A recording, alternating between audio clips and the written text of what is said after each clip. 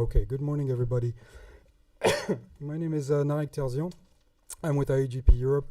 Thank you all for coming this morning for this briefing about the Wood Mackenzie study on the EU Methane Emission Regulation's impact on oil and gas imports. I will be moderating the discussion today. We have people on the line that my colleague Alain from FuelsEurope will make sure can also ask their questions. And we have a microphone somewhere that will be handed over to you in the audience. And I'm just gonna go through some housekeeping rules before I hand over to our presenters for the day. So we are gonna start with introductory remarks from FuelsEurope and IOGP Europe before we move on to the presentation of the study, which is the main purpose of this briefing.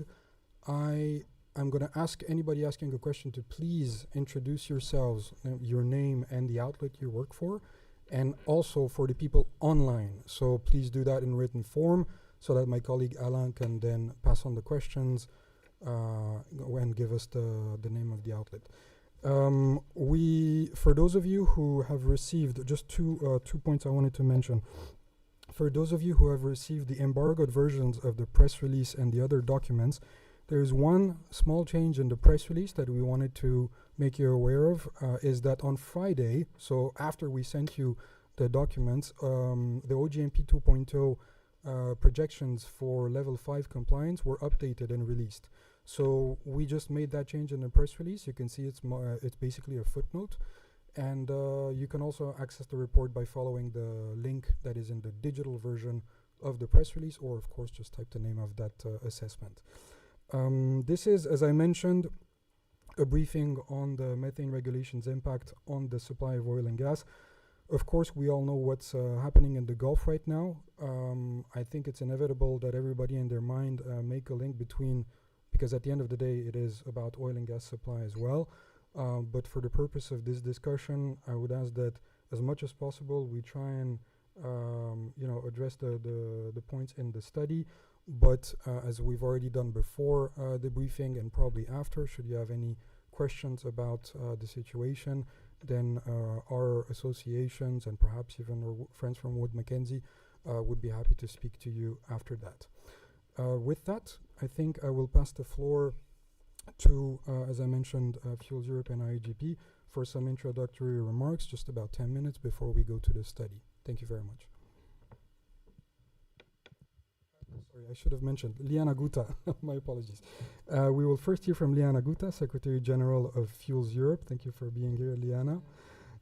And also from François-Régis Mouton, the Managing Director of IOGP Europe. And before we move on to Wood Mackenzie. Thank you. Okay, thank you very much. Thank you all for being here with us today. Can you hear me? Yeah?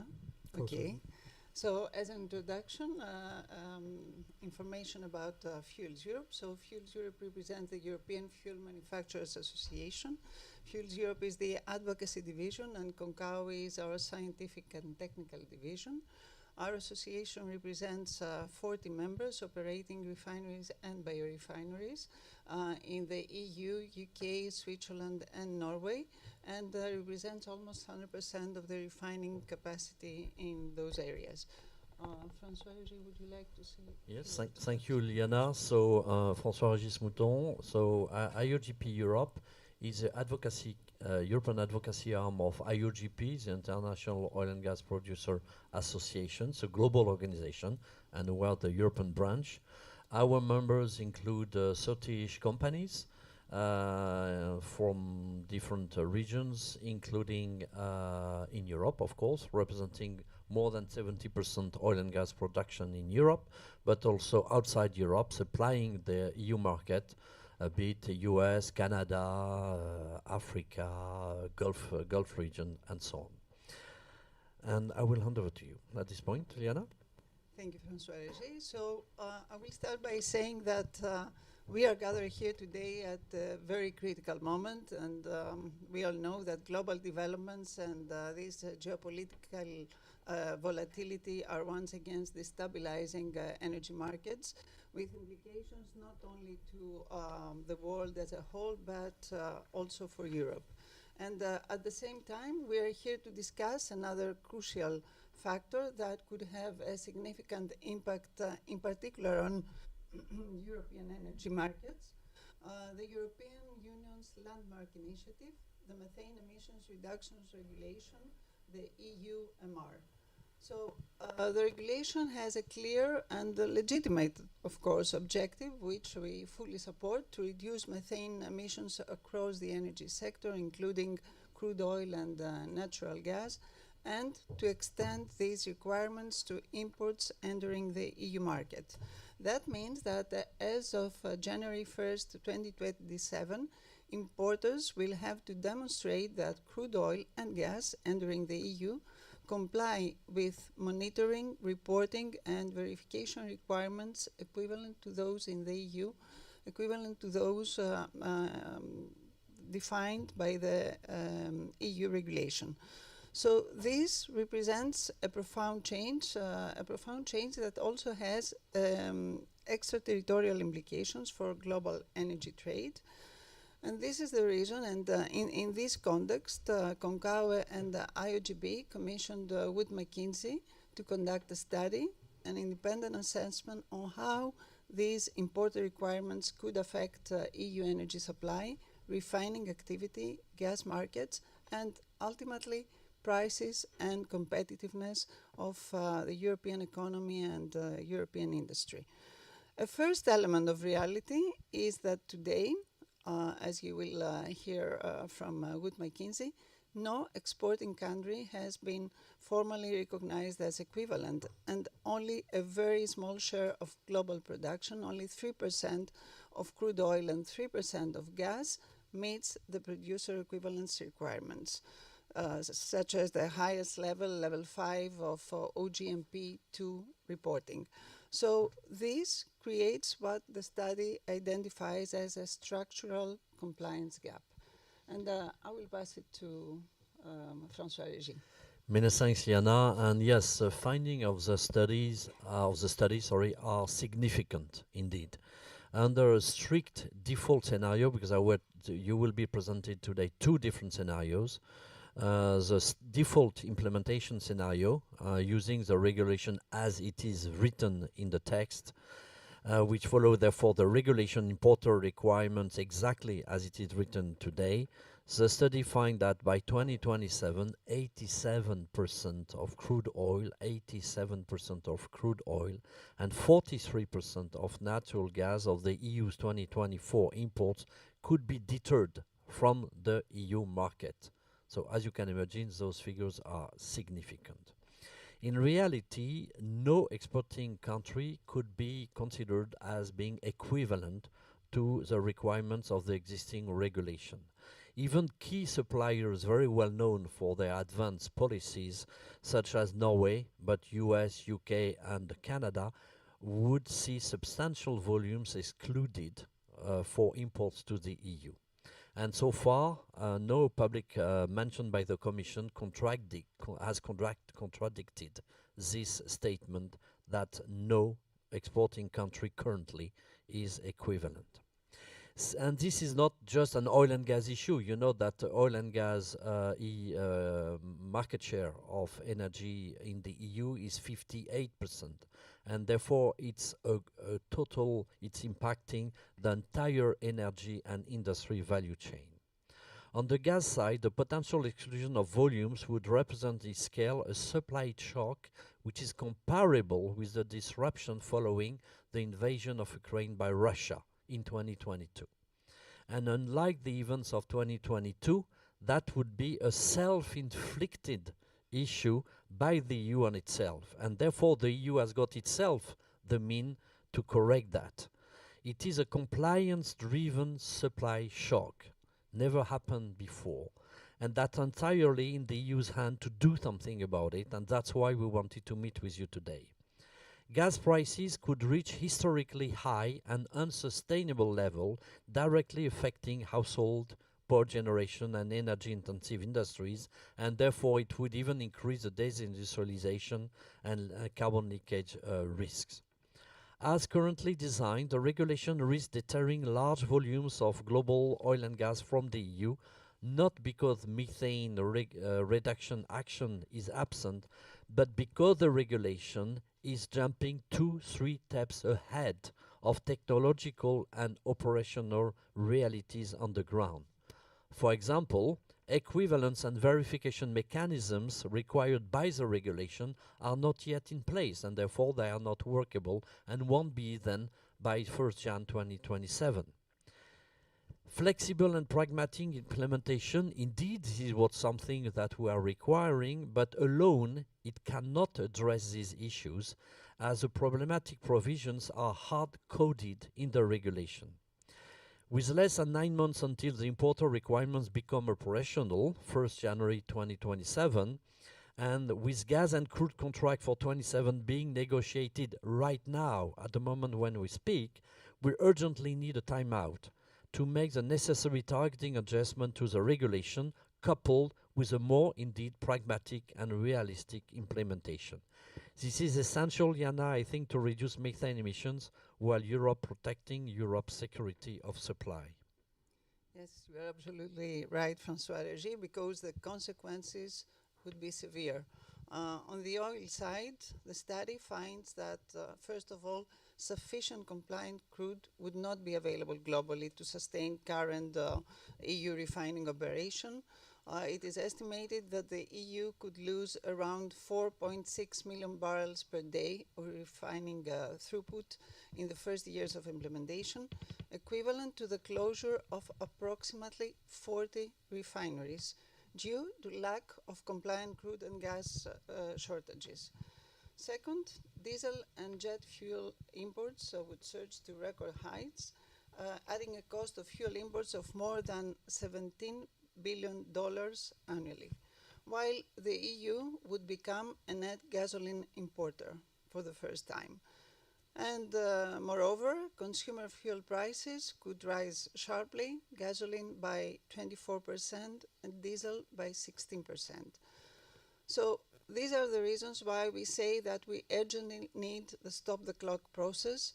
We need targeted adjustments and pragmatic implementation. Or, if you prefer, we need this stop-the-clock process in order to achieve these pragmatic implementation and these targeted adjustments.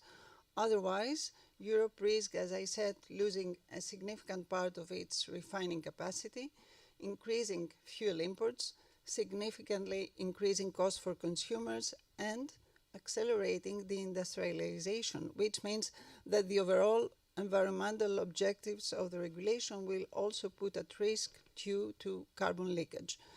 Consequently, Europe's energy system would be fundamentally reshaped, with Europe becoming structurally a more import-dependent region. François-Régis? Thank you, Liana. And today you will be also presented the second scenario, a so-called adaptive scenario.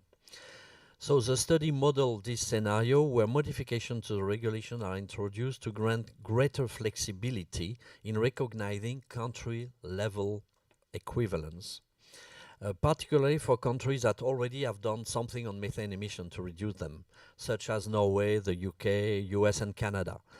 In total, we considered that a tenth of countries are equivalent in this scenario. But even in this scenario, the impact on oil and gas import would be quite important, more or less half of what it is in the first scenario.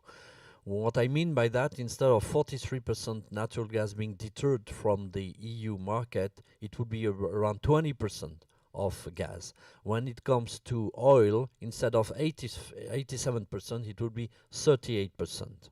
And when you look at what could be the impact on a normal market prices, which is around 20-ish, 30-ish euros per megawatt hour, the impact would be up to 55-60 euro per megawatt hour, by the way, where we are today. During the Strait of Hormuz closure and all the Middle East crisis. And therefore, even in the adaptive scenario, the impact would be equivalent to the situation we have today. In the adaptive scenario, meaning that 10 of the biggest suppliers of Europe would be deemed equivalent. For crude, the system would remain more manageable than for gas. Refinery throughput could decline by about 150,000 barrels per day, and crude costs could rise around 4% compared with marginal impact on fuel price. But overall, while impact would be lower than in default scenario, even with modification in the regulation, yes, because this adaptive scenario would require modification in the primary legislation, it would be quite impactful.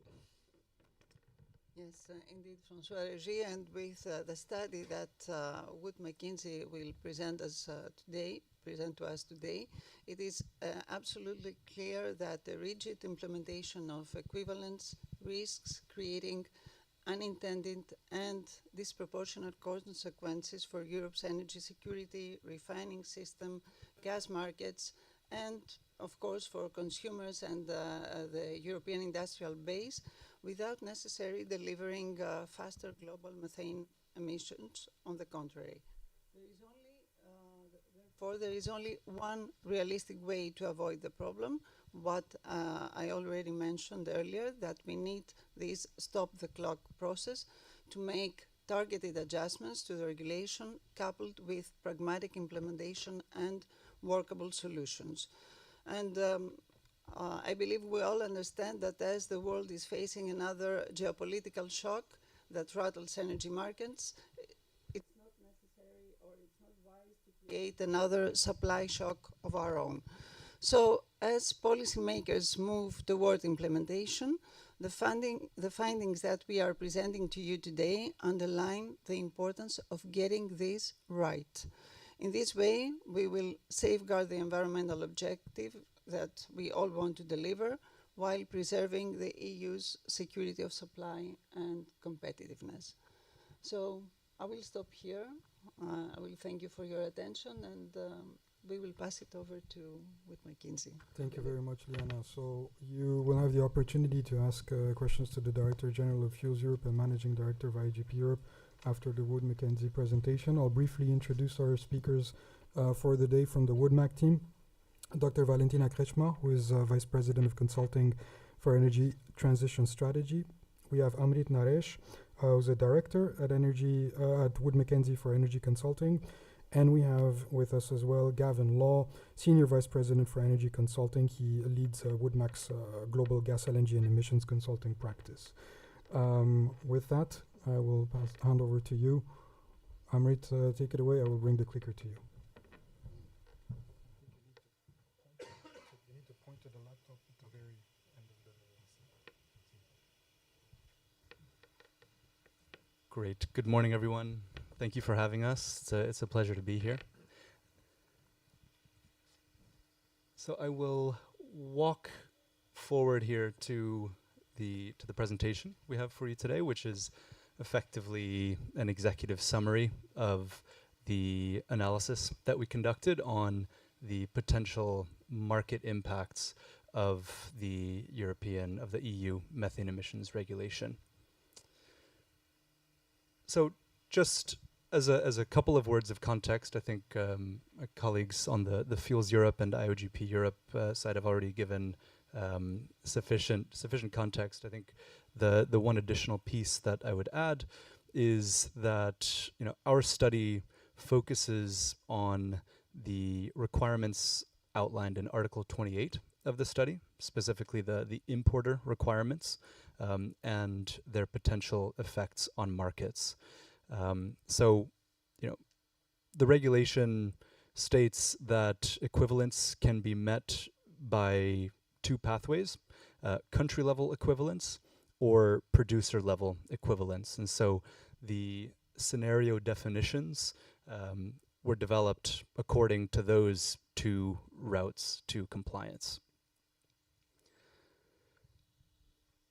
So we will walk through first a single slide summarizing some of the key headline figures and takeaways from the study, and then we'll walk you through the actual kind of methodology that we use to develop the scenarios and share the results of the scenarios.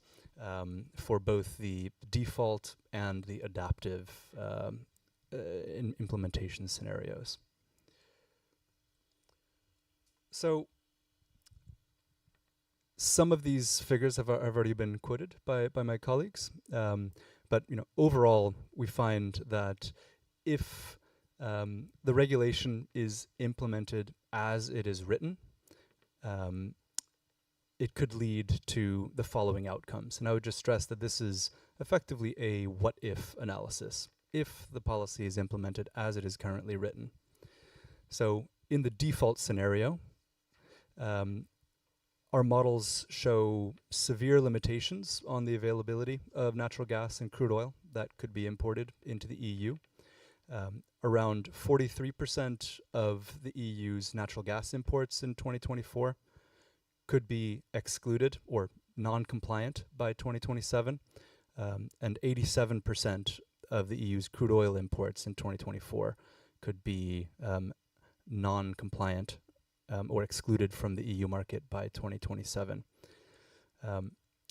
Looking at Norway as just an example of one key supplier to the EU, even for Norway, which is probably the country closest to achieving country level equivalence, not quite, but close, around 17% of Norwegian gas and 29% of Norwegian crude oil could be excluded from the EU market. And then most imports from key suppliers like the US, UK, Algeria, and Canada could also be excluded. So we ran these constraints through our scenario models, which effectively show the least cost way to meet demand, given the constraints applied in this implementation scenario. And on the gas side, the models show unprecedented high gas prices and a resulting shift towards more affordable coal for power generation in the EU. So this could cause quite clear unintended consequences of higher emissions from the power sector in the EU. On the fuel side, we see gasoline and diesel prices increasing by 24% and 16% respectively, relative to where they would be in the absence of the regulation. We see sharply lower EU refinery throughput, so EU refinery throughput falling by around 50% relative to where it would be without the regulation, and a significant change in the import and export position with regards to fuel products, that the EU would effectively shift from being a major exporter of gasoline to being an importer of gasoline, and see a similar directional shift in other oil products, with the net result that fuel import costs could increase by around $17 billion relative to where they would be without the regulation. We also see longer shipping distances required for compliant crude oil, which could also have the unintended effect of increasing carbon emissions. And on the whole, higher prices for natural gas and crude oil, leading to weakened competitiveness among the EU's energy-intensive industries and higher energy costs for consumers. And finally, developments triggered by the regulation could also impact global markets, putting upward pressure on gas prices in Asia and fuel prices globally. So that's the default scenario. Looking at the adaptive scenario, where around 10 countries are assumed to be fully equivalent with the MER. So in this adaptive scenario, we assume countries like Norway, the US, the UK, Canada are 100% compliant. In that scenario, we see around 20% of the EU's natural gas imports being excluded and 38% of the EU's crude oil imports being excluded.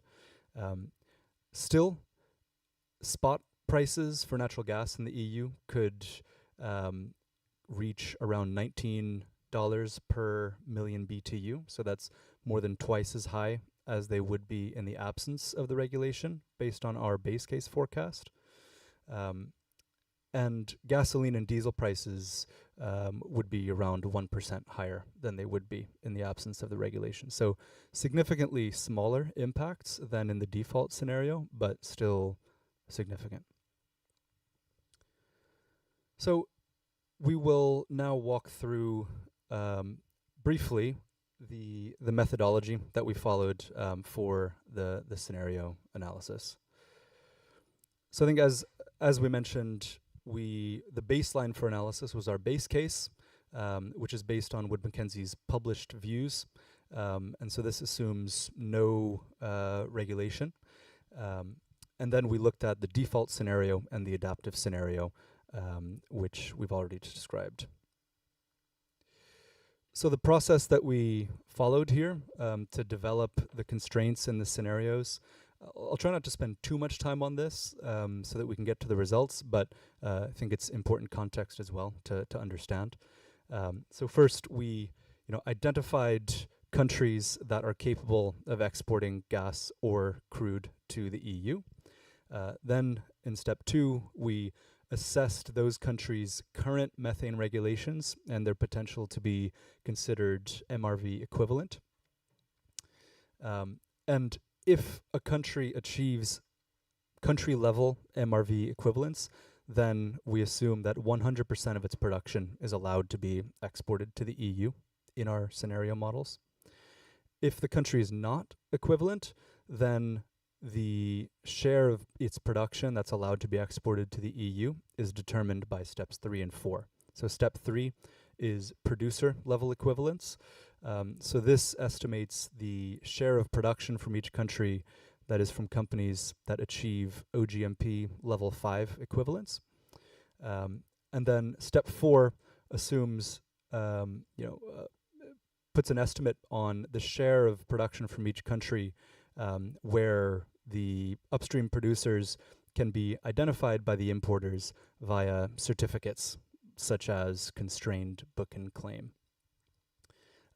So these are the key factors that determine what share of each exporter's production is allowed to be exported to the EU in the scenario models. So we'll briefly run through some of the underlying analysis for each of these. So for step 1, for step 1, we identified the countries that can export to the EU. For step 2 was our policy equivalence analysis.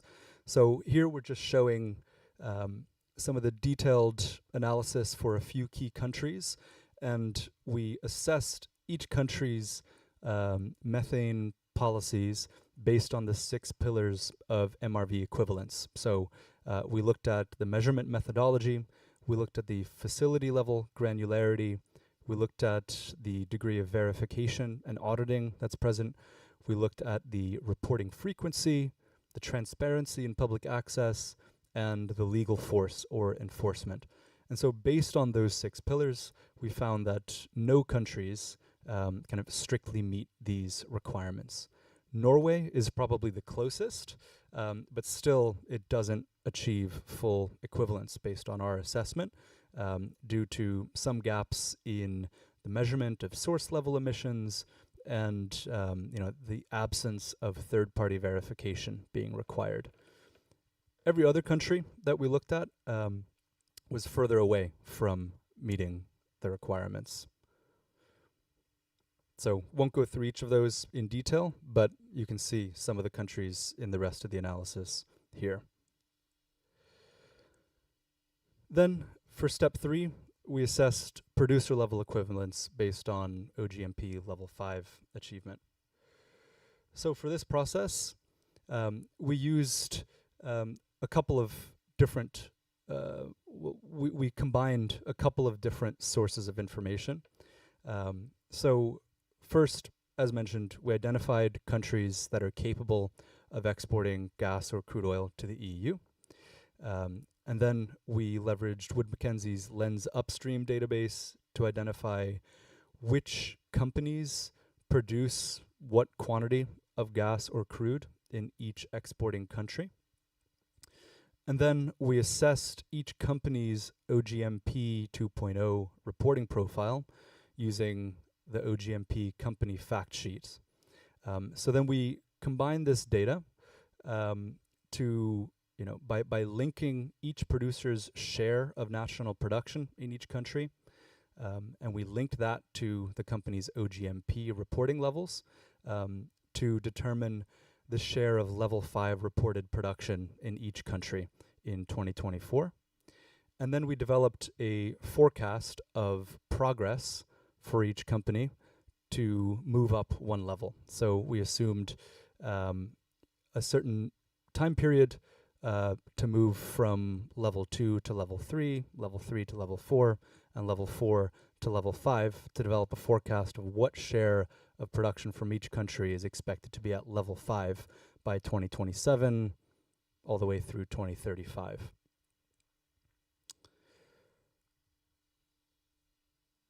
Based on the 2024 company fact sheet, around 3% of gas and 3% of crude oil globally was reported at level 5. These were the numbers used in our scenario modeling. We also, however, looked at the 2025 company fact sheets, which show that increasing to around 6% for gas and 7% for crude oil, and having, relatively marginal increase in the availability of level 5 production to the degree that would not materially impact the results of the scenarios. Finally, we looked at our traceability assumptions, identified what share of production in each country, for what share of production in each country can importers connect with a producer either directly or via certificates, to make sure that the same number of, the same quantity of compliant production being exported from a country is able to be claimed by importers in the EU. So, these assumptions considered the complexity of the supply chains in each country and the feasibility of implementing robust certification schemes. And so, as noted, we assumed, a constrained book and claim system is gradually put in place in countries. So we see progress over the 2027 to 2030 to 2035 period, but that progress is gradual. So that results in, I think, this summary page here where you can see all of the scenario drivers in one place. So we've identified the major exporters, and this is just a selected list of countries.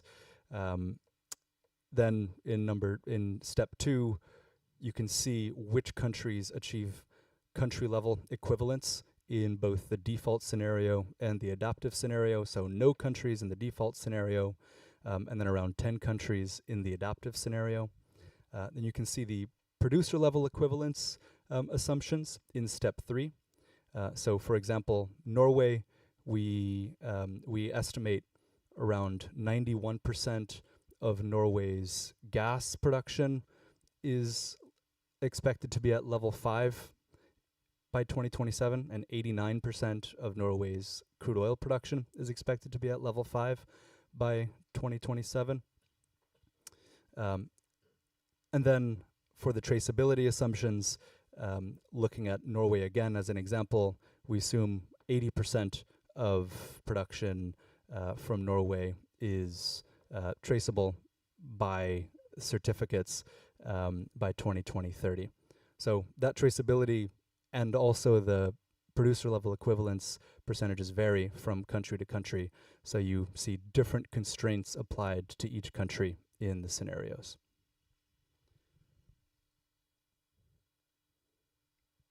So before we get into the actual results of the scenario analysis, just wanted to show one additional view using gas as an example here of the availability of compliant and available supply to the EU. That there are several factors that need to be considered. So our analysis considers, of course, the level of global production, but also considers the infrastructure constraints that exist, considering what production can physically actually be exported to the EU, so via pipeline or via LNG. In the case of gas, gas production in some countries like China, for example, can't be exported to the EU. So that shouldn't really be considered as a viable option. So we've provided a funnel here to just illustrate how the availability of supply kind of shrinks considering each of those factors. So then we also consider the OGMP level 5 achievement. We also consider certification. And then finally, there's going to be competing demand for each of those molecules. So the scenario models really consider all of those aspects.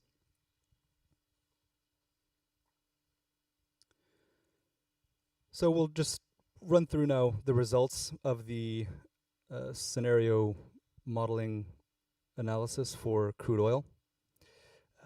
So once you consider all of those factors that we just discussed, these are the constraints on production from kind of major exporting countries that, what share of their production is allowed to be exported to the EU under this regulation. And so this is a result, the combined result of all of those scenario drivers that we just discussed.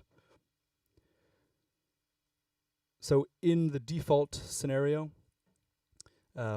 we see effectively that there isn't enough compliant crude available globally for the EU refiners to maintain their normal rates of production of fuels. So effectively, there isn't enough crude oil available for the EU refiners to maintain their throughput. So the lack of crude availability forces EU refiners to bid compliant crudes away from other refiners, which drives higher prices for those compliant crudes. So both a lack of available supply and then higher prices for that available supply severely erodes the competitiveness of the EU refiners. In the adaptive scenario, it's less extreme, but you still see a significant reduction in the global availability of crude, which drives higher prices for compliant crude. So on the right side of the screen, you can see the weighted average refinery crude price for the EU refiners.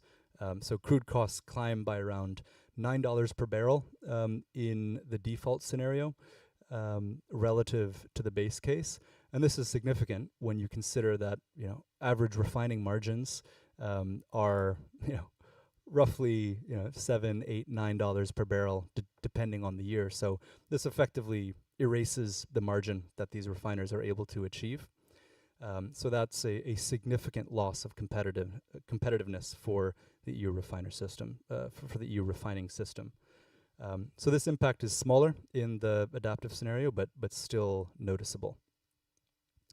So that loss of available supply and what supply is available only at a much higher cost leads to a significant loss of competitiveness for the EU refiners, which leads to a massive drop in throughput among EU refiners. So throughput falls sharply by around 50% versus the base case when availability of compliant crude is at its lowest in the late 2020s. So that's equivalent to around 40 additional EU refineries closing or suspending operations relative to the base case. So that's quite a dramatic impact that I just want to highlight there. The adaptive scenario sees a less extreme result, but still throughput falls by around 150,000 barrels per day versus the base case. Different countries within the EU are impacted differently depending on their refining configurations, that refiners are set up to process only certain qualities of crude, And so, in this case, we see more constraints on the availability of light crudes, which constrains EU refiners' ability to produce lighter products such as gasoline, which is why you see stronger price impacts on gasoline than you do for some of the heavier products. The fall in EU refinery supply of oil products is effectively a massive supply shock for the global refining system. And so what happens when you lose a significant quantity of supply? Prices go up significantly. So we see oil product prices having to increase significantly across the world because oil products are globally traded commodities. So as we noted, gasoline prices in the EU increased by 24%, diesel prices increased by 16%, but prices increase around the world because higher prices are needed to incentivize refiners in other parts of the world to increase their own operating rates in order to compensate for the lack of fuel supply from the EU refining system. So effectively, higher fuel prices are needed to get refiners in other parts of the world to increase their production so that they can export more oil products to the EU. So higher prices for consumers in the EU and significant benefits for refiners in other parts of the world outside of the EU who get to export a lot more oil product to the EU. We also ran a sensitivity to look at the price increase if demand were to fall due to this price shock, which it inevitably would. We assume an elasticity of demand that says for every $1 increase in price, oil demand declines by around 100,000 barrels per day. And if oil demand were to decline by this quantity, then you would see kind of the equilibrium price increase by about half as much as it would if there were no change in demand. So, in summary, the default scenario shows that there could be a severe constraint and limit on the global availability of EU-compliant crudes. EU refineries' inability to secure sufficient feedstock could force a sharp decline in refinery throughput. And some EU refiners in certain member states could be hit harder due to the mismatch of available crude qualities and refinery configurations. And then EU refiners will be will be forced to bid aggressively for the very small pool of compliant crudes available globally, which drives prices for those compliant crudes higher. This erodes the EU refineries' competitiveness relative to other regions. Product prices have to increase to incentivize refiners in other regions to increase their production and send more exports to the EU.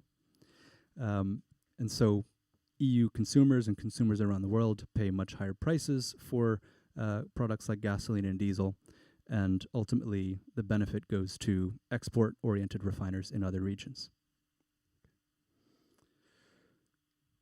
Appreciate we don't have too much time, so want to share the results of the gas scenarios as well. So, similar view here of the constraints applied to our models for gas markets.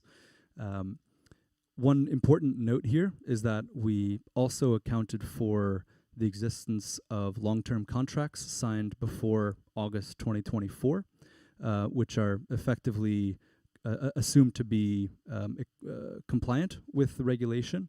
So on a weighted average basis, around 57% of the EU's natural gas and LNG imports in 2024 are assumed to be compliant by 2027, which means that 43% are excluded. So this is just a quick view of the level of EU imported gas that's under long-term contract. LNG imports under long-term contract are around 40 BCM, 40 billion cubic meters in 2027. and pipe gas imports on a long-term contract are around 66 billion cubic meters in 2027. So those volumes are effectively assumed to be compliant with the regulation already. So the constraints are really only applied to everything outside of those volumes. So starting with the default scenario, and then we'll cover the adaptive scenario last. Here we're looking at EU pipe gas imports in the base case and in the default scenario. So we see EU pipe gas imports decline by up to 40 to 45 billion cubic meters as a result of this lack of compliant supply. We see, gas imports from Algeria, Libya, Azerbaijan, and other countries fall back to the level that was under a long-term contract. So a significant reduction in pipe gas supply available to the EU. Then looking at LNG imports, if you look at the chart in the middle, you see a severe contraction in the availability of LNG, in particular from countries like the US in the 2027 to 2029 period. So that leads to a severe market disruption, which we'll look at the impacts of on the next slide. But then, you see in 2030 that imports of LNG from the US rebound significantly as producers in the US are assumed to make progress in achieving OGMP level 5, and as the certification systems via constrained book and claim are also assumed to make progress. So you see a significant rebound in 2030, but the dislocations in that 2027 to 2029 period are quite severe. So a reduction of around 120 BCM of LNG imports relative to the base case.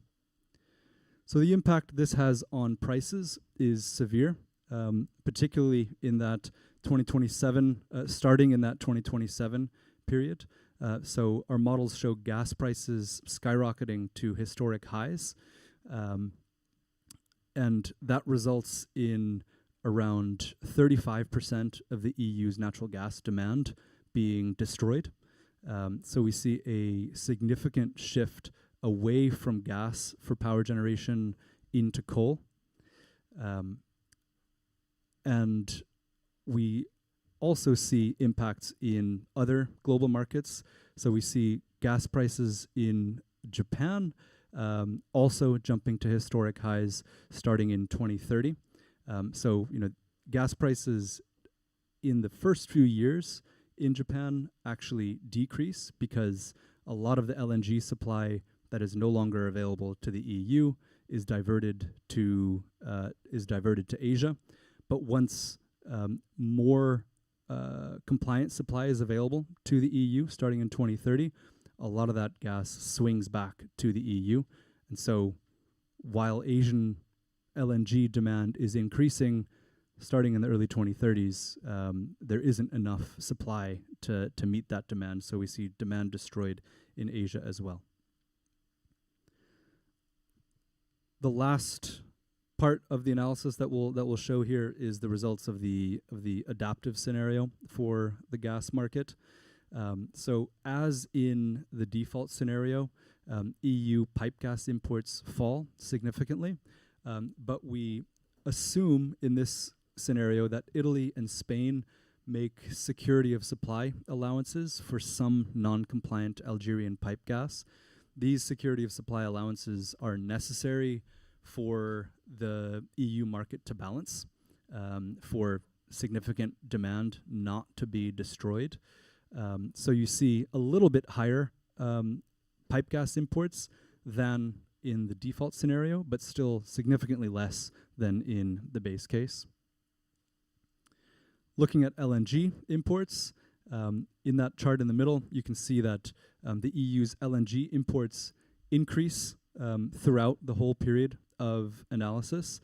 This is because certain key suppliers of LNG, such as the US and Qatar, are assumed to be 100% compliant with the regulation in this period. So the EU's reliance on LNG increases significantly to compensate for the reduction in pipe gas imports. So you see much greater reliance on LNG. Looking at the price impact in the adaptive scenario, you no longer see historically high gas prices in the EU, but you still see a significant increase, effectively a doubling of TTF spot prices in this adaptive scenario relative to the base case. So you also see an impact in the Japanese spot prices, as you can see in the chart on the left.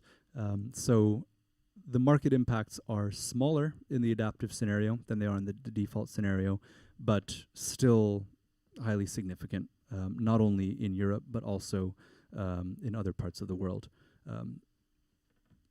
You see a much smaller volume of demand destroyed in this scenario as well.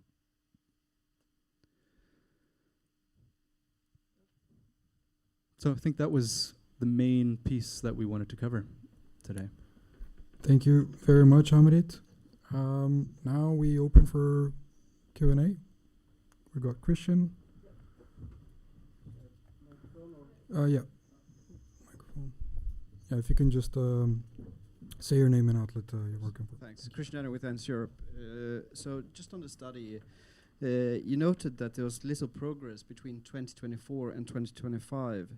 But you also mentioned that this was expected because it takes more than 1 year to implement these MRV measures. But 2024 was the first year of the when the legislation was adopted. So I was just wondering, isn't this expected that not many companies have implemented measures to comply, given that it takes several years to implement them? And then related to that, have you made an analysis of the number of companies that are preparing the implementation to be ready by 1st of January 2027? And then a question to Liana and Francois Regius also. So if producers cannot don't take the measures to comply within these 3 years that they have to comply, what would a stop the clock measures? What difference would that make? Thank you. Amrit, you want to take the first one? Yeah, sure.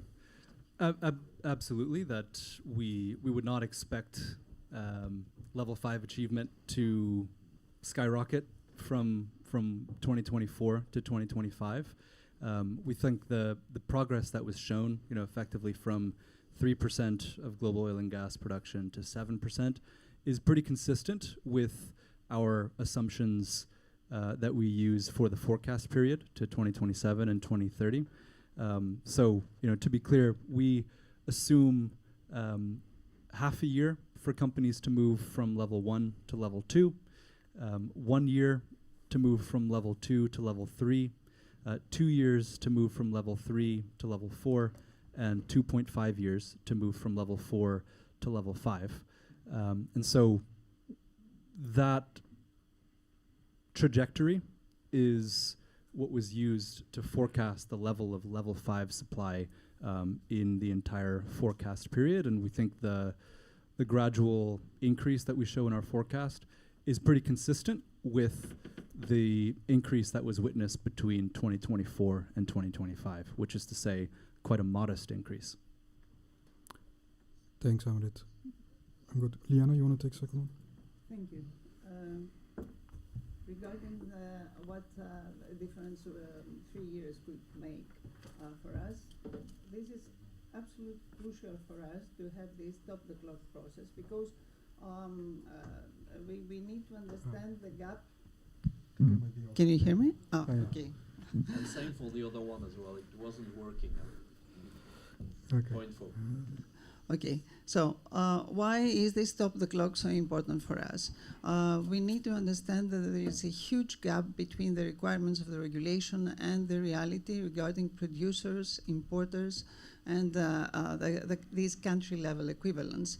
And for us, it is important that contracts that for supplies in January 2027 need to be finalized and need to be signed within the next couple of months, and in any case by June 2026. That means we don't have the time to have the clarity that we need to sign these contracts, and we risk not having the supplies that we need for the operation of our refineries as of 1st January 2027. All these requirements need a lot of time to be put in place, such as verification, traceability, accreditation. It's not something that you can do overnight, while, as we said, our sector has this pressure to get contracts for the supplies in 2027. So we believe that this stop-the-clock process is absolutely crucial. First of all, to assess reality, to see what are the gaps globally for crude oil, and of course the same, I believe it is for gas, and to find the right pathway forward together with the Commission to have a clear pathway and a clear timeline. We need to know what and when can be achieved. Yes, indeed, and that's allow me to also mention the fact that you're right, Christian, the EU Methane Emission Regulation entered into force 2 years ago, 1 year and a half ago, in July 2024, but it entered into force in particular for domestic production. And on domestic production, which is not today's topic, the situation is even worse, because we cannot comply with the regulation today as it is written, because the obligations are not technically feasible for some of them, or not feasible yet for others.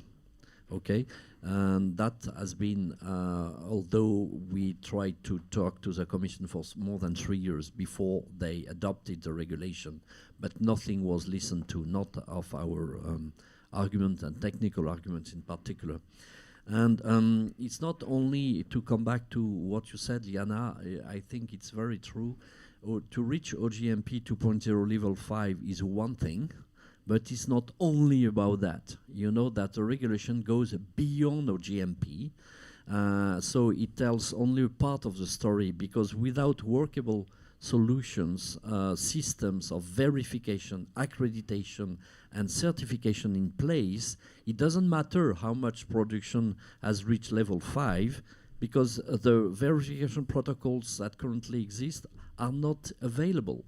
Okay, so not only you have to reach level 5, but you have to be third-party verified. This is what the regulation imposes on all of us, oil or gas. And therefore, it goes way beyond OGMP 2.0, and we don't know how to verify. The verifiers are not there, and they don't know how to verify because protocols are not in place. I'm going to go online, Alain. Yes, thank you, and good morning. I would like to pick a first question I find online from Rainer Lütgerus, and he's referring to a energy minister meeting where Commissioner Dan Jorgensen responded to the minister's dissatisfaction and promised practical solutions for implementing. And the second part of the question is whether what we think of what have been recently announced about those practical solutions. So I guess this is for François Régis and for Liana. May I start, Liana? Yes, so let's be clear. The industry is absolutely working in the direction of a pragmatic implementation together with the Commission. That's absolutely correct. But it's not enough. That's our point. We looked at it. It's not enough. If you remember, June 16th last year, conclusions of the Energy Council was very clear and calling to put the regulation into an omnibus. Okay, and that was not followed because the Commission declined to do so. But when you look at the impact that could be as high as a 2022 shock in the energy markets, we really need to make it, to avoid this to happen. And the only way to do it is to reduce the constraints, to delay them, to make sure they reflect practical reality on the grounds. That's absolutely key. It doesn't mean that we are against practical implementation. And what the Commissioner proposed in his letter to the Council, and I think that was the question was referring to, that we should not apply high penalties, because you know that the penalty regime is up to 20% of annual turnover, which is incredibly high. 20% of annual turnover, and the Commission realizes that there's a risk of penalties there, and therefore there was a letter from the Commission at the Council saying that the Commission advises not to apply high penalties. But for us, it's not good enough, because for us, it's not a question of penalties. We want to be able to comply with this regulation. That's the point. It's not about us avoiding penalties. We don't want to be an industry that cannot comply with the regulation. And that's very clear, be it in domestic, as I mentioned it before, or on imports. Yes, I can only echo what François said. We want to work together with the Commission on workable solutions and pragmatic implementation. There are several things that can be done, but these are not enough. We need to have clarity, as I said, regarding compliance, equivalence. We need to have all this clarity on certification, accreditation, verification, which is not in place. So we don't have the pathway, we don't have the timeline. Of course, we don't want to, reducing or giving a grace period for penalties is not a solution. It doesn't solve the problem. It doesn't give clarity either to the industry to proceed with the contracts for the supplies that we need. So it is a matter of giving some time to stop the clock and give it some time, or a couple of years, maybe, as Wood Mackenzie suggests, to have everything in place to avoid the disruption and to avoid this dramatic impact that the study already described. Thank you. Coming back to the room, the gentleman behind Christian. Apologies, I don't know your name. Hello there. Is the microphone okay? Yeah. Good morning. Thanks for the presentation. My name is Kieran Sunderland. I'm with Context. Hi there. How's that? So Kieran Sunderland from Context. Thanks for the question and the presentation. You were just, it's a follow-up on the previous question. You were pretty clear that implementation and cooperation there isn't enough. Do you think the current situation in the Middle East and the tanker disruption will help your message land better with the Commission? I think it's more a question to the Commission than to us, but I must say the interesting, if I may say so in the British way of talking, the interesting situation we are here today is that the impact on markets, on gas prices, is more or less the impact we would have today, is more or less the impact we would have in the adaptive scenario, which is a less impacting scenario. So it shows that the impact would be clearly important, but it would be a self-inflicting kind of impact, a shock on prices that the EU would inflict on itself, and that would add up to the current geopolitical constraint and impactful constraint.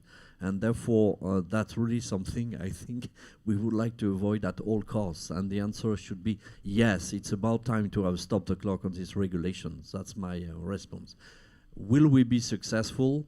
Depends on your article and the way you write them. Thank you. would like sorry. to say that the conclusions that were just presented to you have not taken any crisis like the current one in the Middle East. It is a default and a business as usual scenario, and the implications that the regulation would have. Now that we have this additional geopolitical crisis, things get much worse, of course. So this is something that cannot be overlooked, because industry has to adjust and has to adapt in this geopolitical crisis, and we need to find solutions to remain the supplier, the reliable supplier for the energy and fuels that are needed in Europe.